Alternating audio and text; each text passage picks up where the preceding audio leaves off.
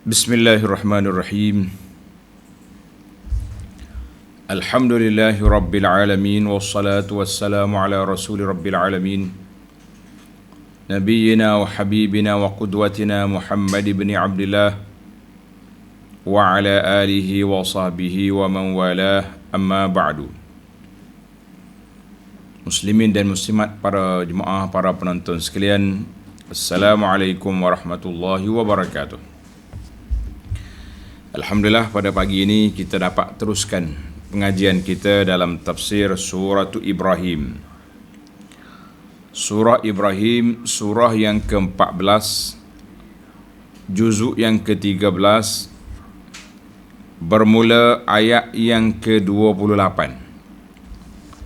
Ayat yang ke-28 bagi jemaah yang ada tafsir pimpinan Jawi, muka surat 488. Ingat, muka surat 488. InsyaAllah perbincangan kita pada kali ini tentang masalah golongan yang kufur nikmat. Kufur nikmat Allah Azza wa Jalla mengundang bala bencana.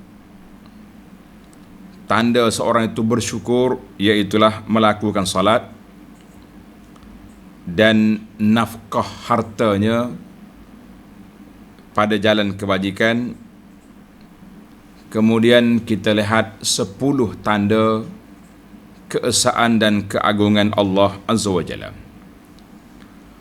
Kita baca beberapa ayat sebelum kita pergi kepada perbincangan.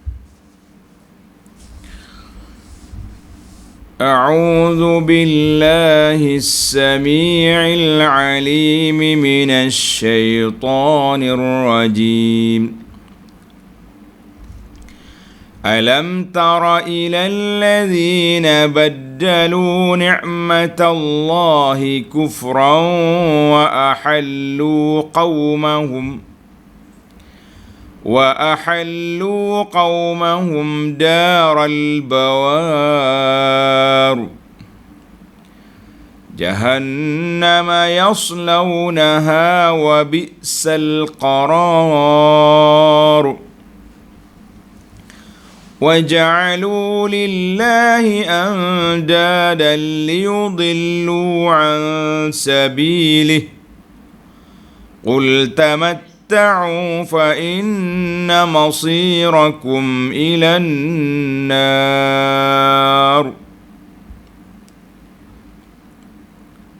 Itu ayat tentang kumpulan yang kufur nikmat Allah Azza wa Jalla, di mana hidup atas dunia ni dua kumpulan. Sebagaimana Allah Ta'ala pecahkan dua kumpulan ini dalam surah Insan, imma syakiran wa imma kafura. Sama ada orang tu bersyukur ataupun dia kufur. Kita duduk kat situ ya. Mensyukur, kita kata alhamdulillah. Kamu kufur, wal'iyazu billah. Kan? Maka dalam ayat ini, dalam ayat yang lepas, Allah SWT ceritakan kepada kita awsafil kuffar, sifat-sifat orang kafir dan keadaan mereka, dengan bandingan yang telah dibuat dua pokok. Ingat lagi pokok syajarah tayyibah dengan syajaratan khabithatan. Syajarah yang tayyibah makna pokok yang baik, maka itu ditamsilkan dengan tauhid. Tauhid terpahak dalam hati, tapi dia punya furu', rantingnya naik ke langit. Artinya orang yang punya tauhid yang mantap, keimanan kepada Allah Azza wa Jalla, maka amalannya diangkat kepada Allah Azza wa Jalla. Kemudian bandingan kepada orang yang tak baik, wa syajarah khabithah, syajarah yang buruk, pokok dia bodoh, buah dia pula tak sedap. Itu bandingan dengan orang kafir. Maka dalam ayat ini Allah SWT sekali lagi memperingatkan kepada hamba-Nya iaitulah kumpulan yang baddalu ni'matallahi kufra, yang sanggup menukar nikmat Allah Ta'ala dengan kekufuran. Kita baca ayat. Alam tara ilal ladzina baddalu ni'matallahi kufra. Alam tara bermakna alam tazkur ya Muhammad sallallahu alaihi wasallam. Tidakkah engkau melihat dan merasa ajaib, engkau tu balik kepada Nabi sallallahu alaihi wasallam, ila kufari Quraisy. Mana ayat ni turun pada masa Quraisy, cerita Quraisy lah di sini. Merasa pelik, rasa ajaib terhadap orang-orang kafir, ghayyaru ni'matallah, yang telah menukar kesyukuran nikmat Allah Ta'ala dengan kekufuran. Na'udzubillah. Syukur nikmat Allah Ta'ala dengan kufur. Ghayyaru ni'matallah alaihim bi'asatika. Apakah nikmat Allah Ta'ala itu? Tanda dengan Allah Ta'ala bangkitkan Nabi SAW dari kalangan mereka. Dari kalangan siapa? Dari kalangan keluarga mereka, anak-anak mereka, orang kampung mereka, Quraisy. Wa Rasul SAW Quraisy. Tapi apa boleh buat? Nasib malang. Kata orang, bukan salah ibu mengandung, tapi salah asuhan. Dia terima daripada jalan yang tidak baik. Maka mereka telah menukar nikmat Allah Ta'ala itu dengan kekufuran. Mereka menentang Nabi sallallahu alaihi wasallam, tidak beriman dengan risalah yang dibawanya. Allahu Akbar, inilah satu kerugian yang besar. Apa dia jadi? Wa ahallu qaumahum daral bawar. Dan yang telah menempatkan kaum mereka ke dalam kebinasaan. Bila dia kufur, maka mereka itu duduk dalam kebinasaan. Para jemaah sekalian, kita tengok pada ayat yang kita baca ini, iaitu Allah Ta'ala sebut tentang orang-orang kafir yang sesat dan sebab-sebab kesesatan mereka. Tanda dalam ayat ini Allah Ta'ala sebut 3 sebab manusia itu sesat. Sebab yang pertama, baddalu ni'matallahi kufra. Mereka telah menukar nikmat Allah SWT yang Allah Ta'ala anugerahkan kepada mereka dengan apa? Dengan kekufuran. Allah, habis dah dia. Tuhan bagi nikmat pada kamu, hantar rasul dari kalangan kamu, kamu lawan, kamu bantah, kamu tidak ikut. Maka ini satu kerugian yang amat nyata, kerugian yang sangat besar. Itu dia panggil sebab yang pertama, baddalu ni'mat Allah. Maka bila dia tukar nikmat Allah Ta'ala, mereka jadi kufur. Bila kufur, apa jadi? Tanda ni para jemaah sekalian, dia akan pergi ke neraka, wal-iyazubillah. Dan mereka juga telah menempatkan keluarga mereka, negeri mereka, keadaan mereka, daral bawar, menjadi negeri yang akan binasa. Sama ada negeri itu binasa atau mereka yang binasa. Dua-dua keadaan. Seperti dalam umat yang terdahulu, ada dua-dua. Ada yang negerinya binasa, seperti kaum Lut, binasa habis. Kaum Nuh tenggelam habis. Kaum Samud, negerinya masih wujud. Rumah-rumah yang mereka pahak bukit masih ada, tapi orangnya sudah binasa. Wal-iyazubillah. Maka bila dia tukar nikmat itu, mereka akan binasa atas dunia dan kerusakan yang besar di akhirat. Di akhirat apa jadi? Apa dia darul bawar? Merana kebinasaan itu, jahannam yaslaunaha wa bi'sal qarar. Darul bawar, negeri kebinasaan itu, iaitulah Jahannam, neraka Jahannam. Yaslaunaha, yang mereka akan menderita bakarannya. Wa bi'sal qarar, dan ingatlah seburuk-buruk tempat ialah neraka Jahannam. Seburuk-buruk tempat tinggal iaitu neraka Jahannam. Apalagi lebih dahsyat daripada neraka. Kita dengar pun sudah takut, nama dia pun Jahannam, kan? Nama dia pun Jahannam. Kita mengatakan ini di antara amaran Allah Azza wa Jalla. Baiklah para jemaah sekalian, kita dah faham sekarang ni sebab kebinasaan tu 3. Yang pertama, baddalu ni'matallahi kufra. Kita pergi kepada sebab yang kedua. Apa dia sebab yang kedua? Wa ja'alu lillahi andada. Sebab yang kedua, dan mereka mengadakan sekutu-sekutu bagi Allah. Itu sebab yang kedua, kebinasaan mereka mengadakan sekutu bagi Allah Azza wa Jalla. Jadi yang menyebabkan mereka duduk di mana? Duduk dalam neraka Jahannam. Itu di akhirat. Di dunia apa jadi? Darul bawar ay al-halakum fid dunya bil qatli wal khizi. Atas dunia ini, seperti yang kita sebut tadi, kebinasaan bagi puak-puak Mekah. Mekah tak hancur, sebab itu menjadi tempat Nabi, dan Nabi SAW akan kembali semula ke Mekah. Tetapi yang binasanya siapa? Puak-puak Abu Jahal dengan geng-geng dia. Mati dalam peperangan Badar. Ramai ketua-ketua sudah mati di sana. Allahu Akbar. Itu dua keadaan kebinasaan. Sama ada binasa orang, binasa tempat, ataupun dua-duanya sekali hancur. Na'uzubillah. Maka sebab kebinasaan yang kedua, ja'alu lillahi andada, mereka telah mengadakan sekutu bagi Allah. Andad dengan makna syuraka.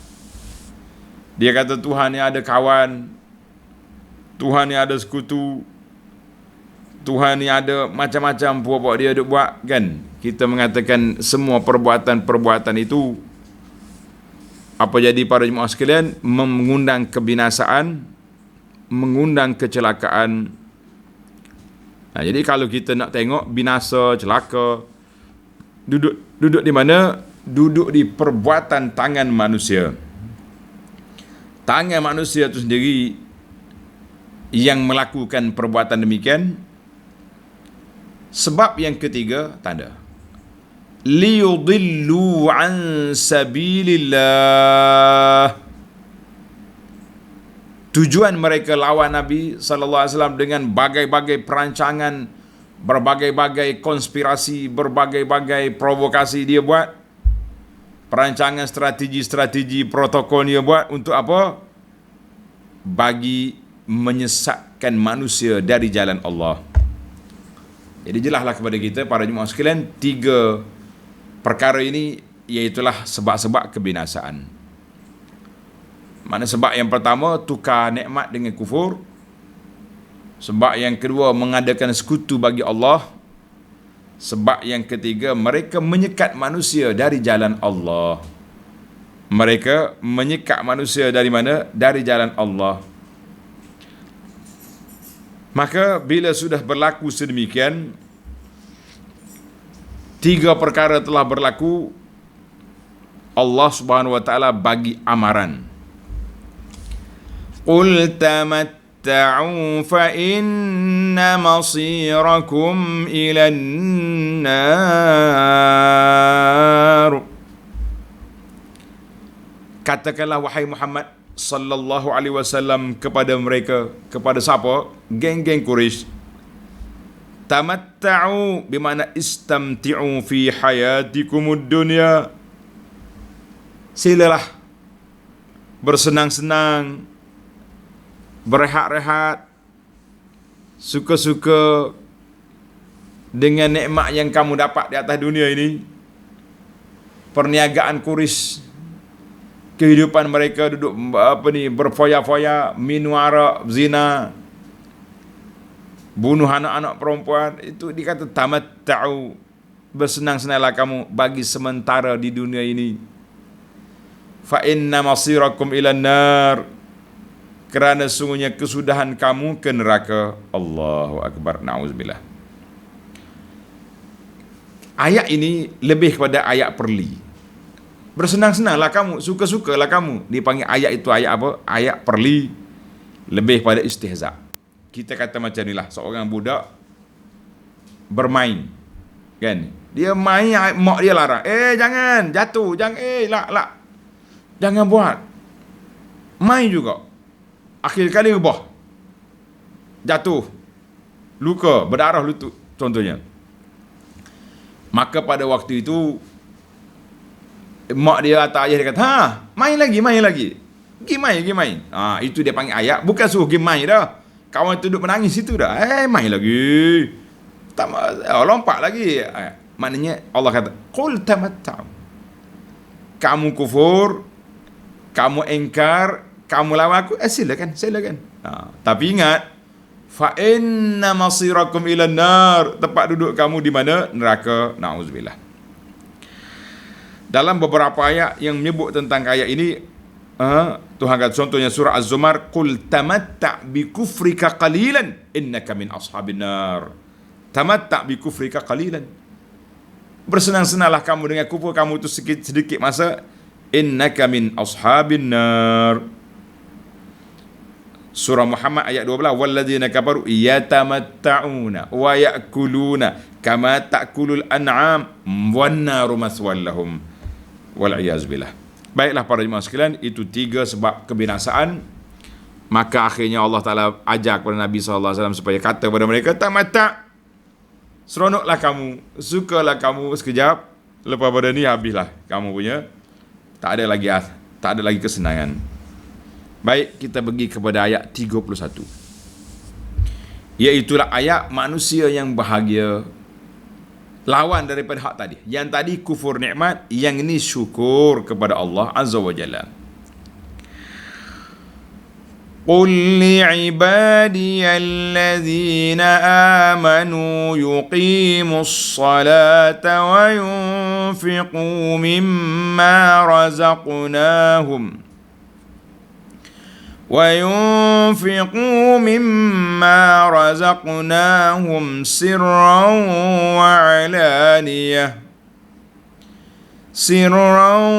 وعلانية من قبل أن يأتي يوم لا بيع فيه ولا خلال. الله أكبر. Jadi ayat yang lepas kita dah bincang tentang keadaan orang kafir. 3 sebab, dalam ayat ni 3 sebab, banyak lagi sebab-sebab lain. Cuma Allah SWT memberitahu kepada hamba-Nya yang beriman beberapa sebab yang besar untuk keselamatan. Ingat, kita nak selamat atas dunia, kita nak selamat di akhirat, maka kamu kena ikut arahan ini. Tanda ni para jemaah sekalian, para pelajar, yang tadi 3 binasa, yang ini antara sebab asbabus sa'adah, sebab kebahagiaan. InsyaAllah kita bahagia di dunia, kita selamat dan berbahagia di akhirat yang berpanjangan. Qul li'ibadiyalladzina amanu, katakanlah ya Muhammad sallallahu alaihi wasallam, bagi hamba-hambaku yang beriman. Tadi puak kafir tak dengar kata, kerah kepala, tak syukur nikmat, walaupun Tuhan bagi rasul dari kalangan mereka sendiri, tetap juga dia lawan, tetap juga dia engkar, kan? Maka pada saat itu Allah suruh Nabi kita sallallahu alaihi wasallam tarbiyah, didik umatnya yang beriman. Apa dia? Kalau kamu betul-betul beriman, kamu kena jaga iman kamu itu. Sebagaimana dalam ayat lepas, bandingan dengan pokok yang baik, Kita mengatakan pokok yang baik perlu kepada baja, perlu pada penjagaan rapi, cukup airnya, cukup bajanya, dijaga daripada segala jenis virusat, kan, benda-benda yang merusakkan. Maka kamu, hei orang yang beriman, hendaklah kamu bajai iman kamu. Kamu jaga iman kamu itu daripada perkara yang merusakkan. Di antara penjagaan di sini yang Allah SWT sebut di sini, yuqimus salah, hendaklah mereka mendirikan salat. Ini yang pertama. Karena itu hikmah Allah SWT letak rukun Islam yang kedua, salat. Sebab apa salat? Sebab salat itulah yang menjadi tanda harian. Yang zahir orang nampak dia ni salat ke tidak, dia ni pergi masjid ke tidak. Kerana itu Allah SWT sebut dalam Quran, innama ya'muru masajidallah man amana billah. Orang yang memakmurkan rumah Allah Ta'ala, orang yang beriman kepada Allah Ta'ala. Dan juga sebut dalam hadis, basyiril masya'ina fi zulami bin nurit tam yawmal qiyamah. Berilah khabar gembira kepada orang yang berjalan dalam gelap malam ke masjid, iaitulah salat subuh, salat isya. Mereka ini akan diberi cahaya yang sempurna pada hari kiamat. Dan terlalu banyak para jemaah sekalian kelebihan salat yang telah disebut oleh Nabi sallallahu alaihi wasallam. Di antaranya saya dah sebut dalam risalah kita ni, risalah Fadilat Salat dan Hukum. Tuan-tuan boleh baca, ambil di dalam Facebook. Dan juga kempen dan galakan saya supaya kita solat berjamaah, salatul jamaah.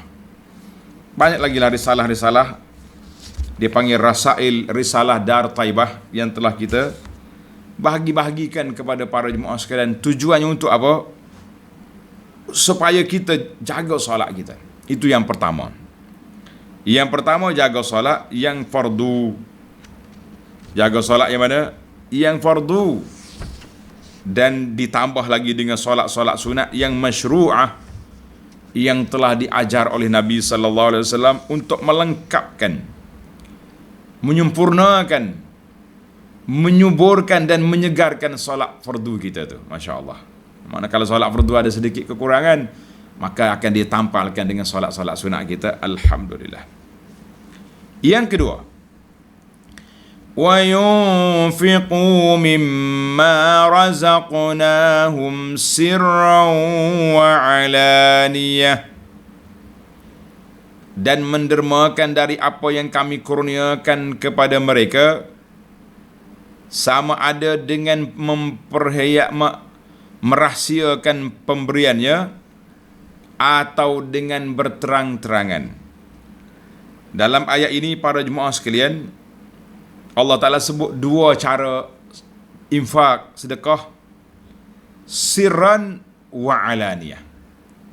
Secara rahsia, sembunyi, ataupun secara terang. Bilakah kita nak terang dan bila kita nak sembunyikan? Kata di para ulama, di antara infak yang sangat-sangat dituntut, iaitulah an-nafaqah al-wajibah. Ingat baik, nafkah yang wajib. Apa dia nafkah yang wajib? Untuk diri kita, isteri kita, anak-anak di bawah tanggungan kita. Itu dia panggil nafkah wajibah. Kita jangan leka. Ada setengah orang ni Masya Allah, kan, oh infak dia dengan kawan-kawan ni habis meja dia bayar, maknanya dalam kedai kopi. Tapi kalau anak dia minta nak makan benda sikit, budak ni macam-macam, banyak kerenuh. Oh, selalu. Mana dengan anak-anak bakhil, kita kata lah, itu dia panggil nafkah wajibah. Tanda nombor satu. Yang kedua, az-zakah, zakat harta kita. Ini hak Allah Azza wa Jalla ke atas harta kita. Allah Ta'ala letakkan dalam harta kita, dalam poket kita, hak orang-orang miskin, orang fakir. Innamas sadaqatu lil fuqara'i wal masakin. Hak orang miskin ada dalam poket kita, ada dalam akaun kita. Banyak mana akaun kita? Dia panggil 1/40. Manakala kita ada 40,000, 1,000 zakat. Bukan banyak pun, kan? Banyak tu. Kalau banyak orang bakhil, banyak lah. Kemudian dalam ayat ini juga Allah Ta'ala sebut sirran wa alaniyah, secara rahsia dan secara tersembunyi. Maka di sini dalam tafsir Ibnu Atiyah rahimahullah, dia kata apa? Sedekah secara rahsia itu iaitulah sedekah-sedekah yang sunat. Seeloknya sedekah yang sunat, kita rahsiakan sedekah kita tu. Sebab itu di antara rahsia di antara kita dengan Allah Azza wa Jalla. Wal alaniyatu, sedekah yang zahir, al mafruḍah, sedekah yang wajib. Katanya wahaza muqtadal ahadis. Itu berdasarkan hadis. Mana digalakkan sangat-sangat sedekah yang sunat kita beri secara rahsia. Sebab apa? Sebab kita tak wajib. Kita beri itu semata-mata kerana keyakinan kita, as-sadaqatu burhan, tanda kita yakin dengan janji Allah Ta'ala. Dalam hadis yang kita baca, ma naqasat malun min sadaqah, sedekah tak mengurangkan harta. Sebab kita dalam siri yang lepas, dalam kuliah kita, anak kata sedekah itu hanya menukarkan daripada akaun dunia kepada akaun akhirat, tak rugi. Maka kita rahsiakan. Tapi kalau sedekah yang fardu, elok dizahirkan. Hari ini tuan-tuan semua, fulan, tuan haji, Datuk Seri akan membayar zakat perniagaan dia, zakat harta dia. Itu dizahirkan supaya orang tahu, bila orang lalu tengok bisnes kedai kita, supermarket ke apa benda syarikat kilang kita, orang tengok, orang akan doakan, Masya Allah, tuan syarikat ini ahlu zakah, ahli zakat. Kita doakan supaya dia punya syarikat bisnes dia bertambah maju, sebab dalam ini ada hak fakir miskin lis-sa'ili wal mahrum terdapat dalam syarikat dia. Insya-Allah. Tapi kalau yang sedekah sunat itu baini wa bainak, bainana wa bainallah, di antara kita dengan Allah, elok kita rahsiakan. Habis puak-puak NGO macam mana? NGO pun kita kata berpada-padalah tunjuk muka orang supaya kita lebih rahsiakan sedekah kita, biarlah dia menjadi rahsia di antara kita dengan Allah. Baik. Bila waktu nak sedekah, tanda tuan-tuan, kan, tanda kita nak sedekah ni, min qabli an ya'tiya yawmun la bay'un fihi wala khilal, sebelum datangnya hari yang tidak ada jual beli padanya dan tidak ada sahabat handai yang dapat memberikan pertolongan. Mu nak sedekah, sedekah awal, jangan nyawa di halkum. Barulah Rabbirji'un, ya Allah kembali semula. Laula akhartani ila ajalin qarib, ya Allah tangguhkan sikit mati, sebab harta banyak dalam akaun tu, tak sempat nak bagi lagi ni. Fa as-saddaqa wa akum minas salihin, aku nak sedekah, nak jadi orang soleh. Tuhan kata walan yuakhirallahu nafsan, tak adalah, masa sudah cukup, boleh jalanlah, harta tu jadi hak orang. Dalam satu kisah yang ana sebut daripada seorang syekh di Riyadh, menceritakan ada orang ini mati, tak ada isteri, tak ada anak, tak ada keluarga. Orang pergi cari kabilah dia. Arab ni dia mudah cari, dia kesan melalui kabilah. Al-Kaza tu, al tu. Cari-cari jumpa. Pihak mahkamah telah mengisbatkan 3 orang mendapat harta pusaka dia. Setelah ditapis, disiasat, 3 orang harta pusaka dia banyak. Seorang-seorang boleh 100 juta. Orang seorang tak tahu nak buat berapa pok dia tu. Berkaya sungguh. 3 orang ni boleh. Akhir kali tuan qadi kata, aku nak minta lah daripada kamu 1 juta seorang. 3 orang boleh 3 juta. Aku nak buat masjid wakaf untuk si mati yang tidak ada keluarga, tak ada anak ni. Penerima yang pertama kata, maaf lah tuan qadi, saya pun banyak anak ni, ramai anak ni. Allahu Akbar. Yang kedua pula kata, maaf lah tuan qadi, saya ni banyak hutang. Padahal dia tak tahu ke juta tu berapa. Jawapan yang ketiga cukup sentap. Dia kata, tuan qadi, kalau arwah si mati ni masa hidup dia tak manfaat daripada harta dia, bila dia mati pun tak payahlah. Balik saja. Tak bagi. Main-main. Jadi kalau kita nak sedekah, kita nak buat apa sebelum kita mati, kata di para pendakwah, harta kita tidak dibawa bersama ke dalam kubur.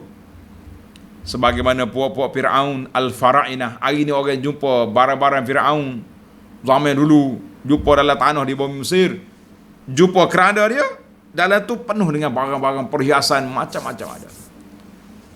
Tapi kita orang Islam ni, kita tak bawa masuk dalam keranda harta benda kita. Maka harta kita tidak boleh dibawa bersama ke dalam kubur, tetapi harta kita boleh menunggu kita dalam kubur. Baiklah para jemaah sekalian, itu 2 kumpulan manusia. Kita pergi kepada ayat yang ke-32, iaitulah tentang nikmat Allah SWT yang sepatutnya kita kena sedar. Di sini ada 10 dalil yang Allah Ta'ala tunjukkan kepada kita, dalil ala wujudihi wa qudratihi. Tanda para jemaah sekalian, tanda baik ayat.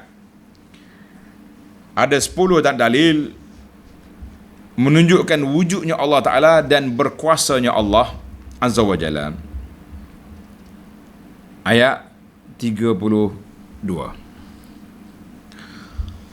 Allahul ladzi khalaqas samawati wal ard wa anzala minas samaa'i ma'an fa akhraja bihi minas samarati rizqan lakum wa sakhkhara lakumul fulka litajriya fil bahri bi amrihi wa sakhkhara lakumul anhar wa sakhkhara lakumus syamsa wal qamara da'ibain wa sakhkhara lakumul laila wan nahar.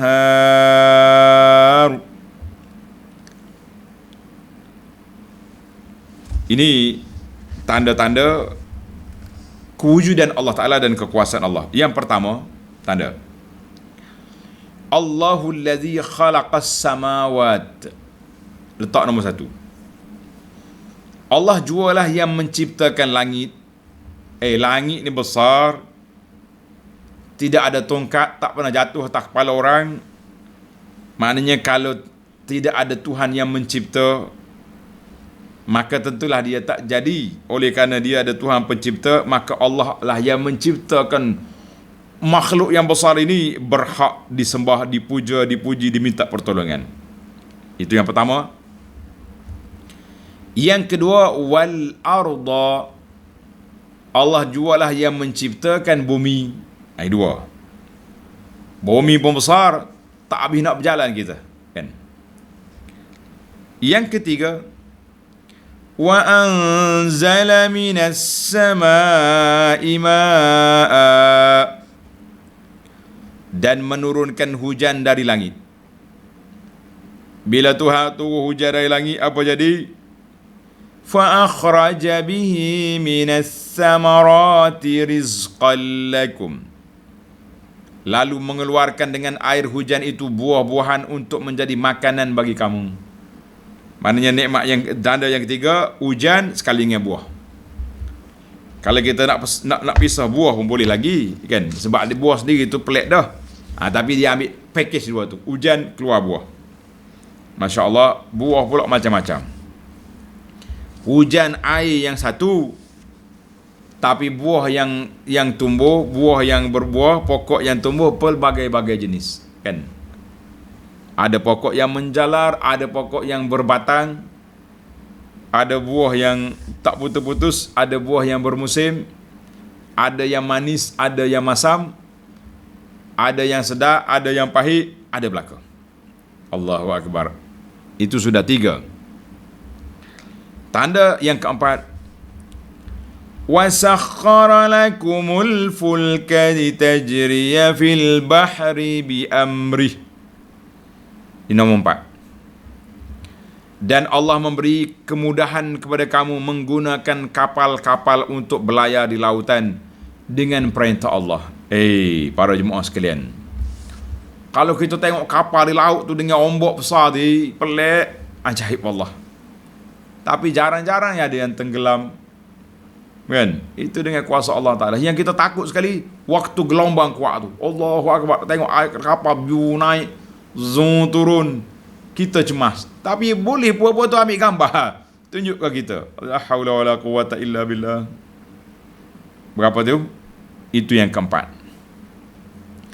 Yang kelima, وَسَخَّرَ لَكُمُ الْأَنْهَارُ.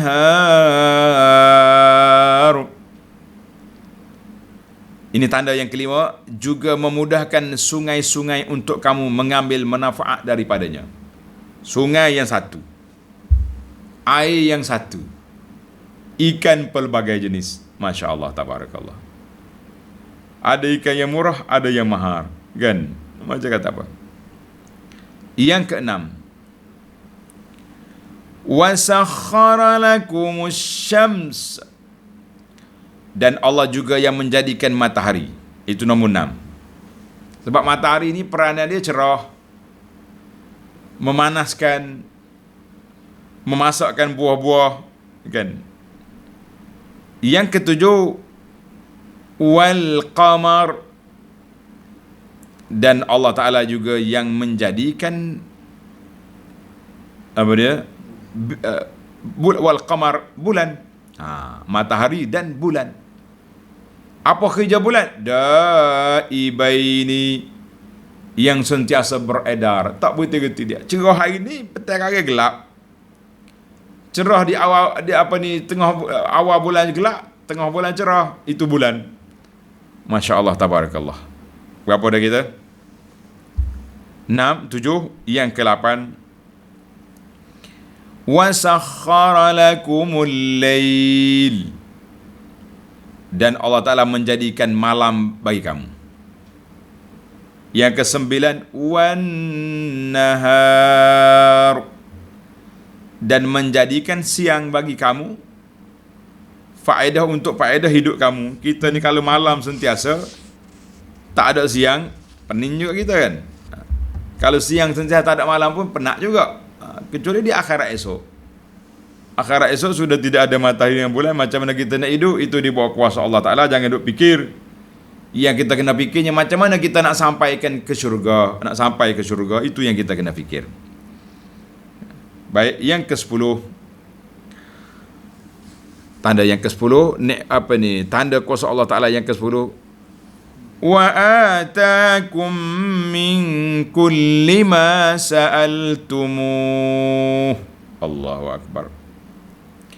Dan Allah telah memberi kepada kamu sebahagian dari tiap-tiap apa jua yang kamu berhajat kepadanya. Nak apa? Nak makan, ada makanan. Nak pakaian, ada pakaian. Nak bini, ada isteri. Nak anak, boleh anak.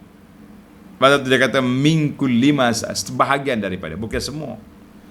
Kalau semua kita ni nak belaka, kita ni jenis tomok kan.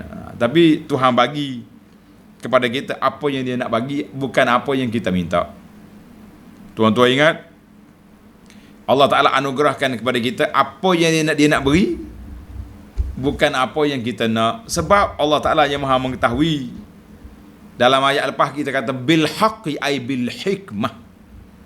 Allah Ta'ala ciptakan semua makhluk ini dengan hikmah. Penciptaan yang penuh dengan hikmah, maka dia tahu bila orang ni patut layak diberi dan bila orang ni tak patut diberi, apa yang baik untuk dia, apa yang tak baik untuk dia.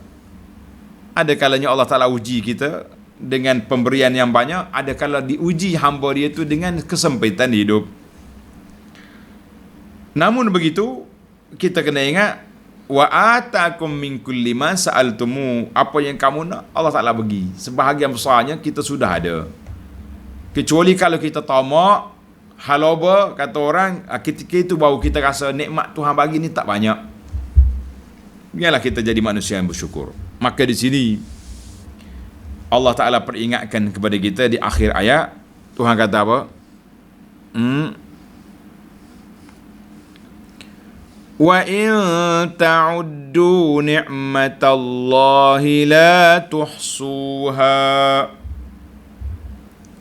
Dan jika kamu menghitung nikmat Allah Ta'ala, nascaya lemahlah kamu menentukan bilangannya.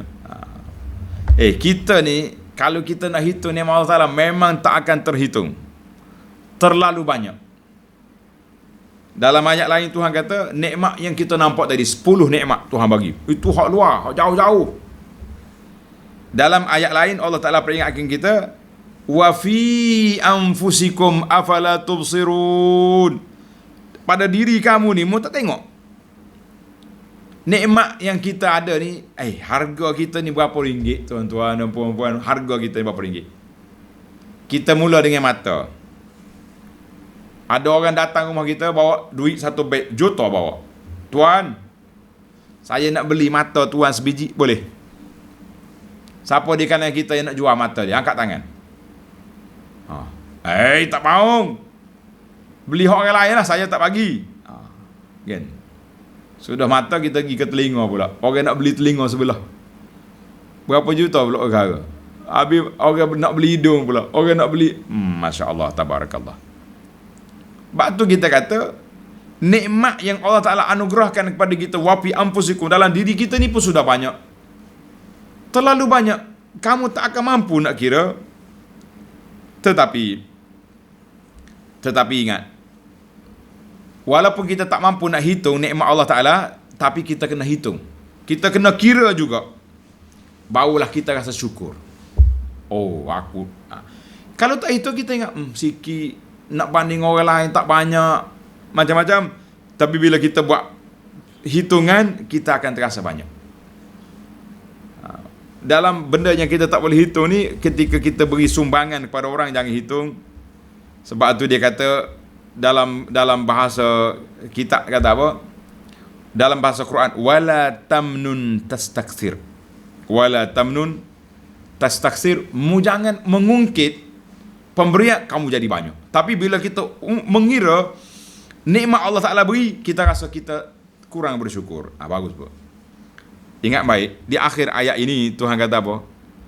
Innal insana la zalumun kaffar. Sesungguhnya manusia, tak kira lah manusia kafir Quraisy ke manusia mana, kata di para ulama, al-murad jinsul insan, semua jenis manusia. Tabiat manusia tu apa?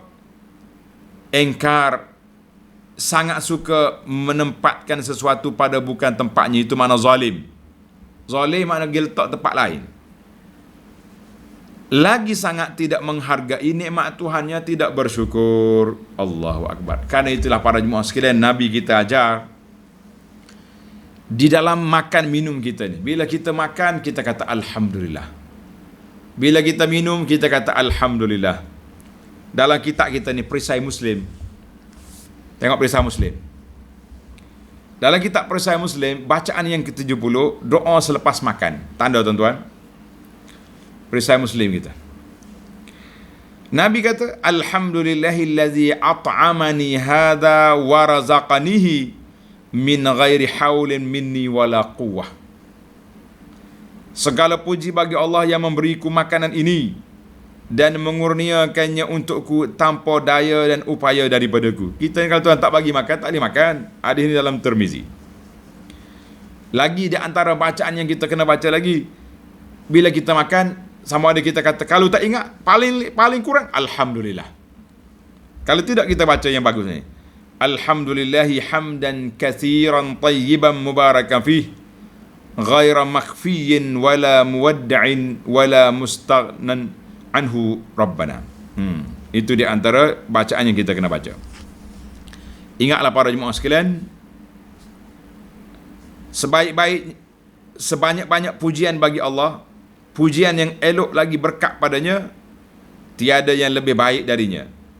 Tiada tempat berserah yang paling baik dan tiada yang lebih kaya daripadanya, iaitulah Tuhan kami. Kita nak berserah diri pada siapa? Kita nak minta dengan kaya mana? Allah Ta'ala yang paling kaya. Maka bila kita makan, kita ingat kepada Tuhan yang ghani, Tuhan yang kaya, yang beri rezeki kepada kita, maka kita akan rasa syukur sangat-sangat dengan nikmat yang dikurniakan oleh Allah Azza wa Jalla. Tuan-tuan baca dalam kitab, contohlah dalam kitab Perisai Muslim, itu sudah ada. Jadi Alhamdulillah, tamatlah perbincangan kita, iaitulah nikmat yang dikurniakan oleh Allah Azza wa Jalla. Semua itu dengan ihsan daripadanya, bukan dengan sebab kita ni hebat, Tuhan kena bagi makan. Yang tak hebat makan-makan. Hayawan yang tak ada akal pun boleh makan. Tamatlah, insya-Allah kita sambung perbincangan kita dalam siri yang akan datang. Wa iz qala Ibrahim. Allah Ta'ala cerita kepada kita tentang Ibrahim. Baru sampai kepada ayat mana? Ayat surah Ibrahim ayat 35 baru jumpa Tuhan dia. Ayat 35 baru jumpa Tuhan. InsyaAllah kita akan sambung dalam siri yang akan datang, insyaAllah. Jamik perisai. Kita akan sambung perbincangan kita dalam siri yang akan datang, insyaAllah ta'ala. Jadi para jemaah, di antara cara-cara kita bersyukur tadi, saya dah sebut beberapa kali. Dalam kitab Perisai Muslim ni banyak bacaan-bacaan yang menunjukkan kesyukuran. Setiap kali kita makan, kita baca doa. Kita nak makan, kita baca bismillah. Kita pakai pakaian, kita. Semua benda ni ada bacaan tersendiri. Mudah-mudahan insya-Allah kita termasuk di kalangan orang yang bersyukur, kan? Jadi di antara syukur nikmat Allah Ta'ala itu dengan mulut, kemudian kita syukur dengan perbuatan kita.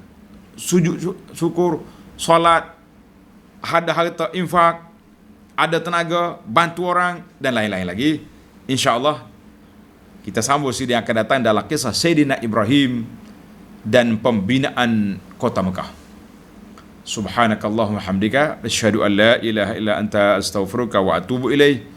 Wa sallallahu ala nabiyyina Muhammad wa ala alihi wa sahbihi ajma'in, walhamdulillahi rabbil alamin.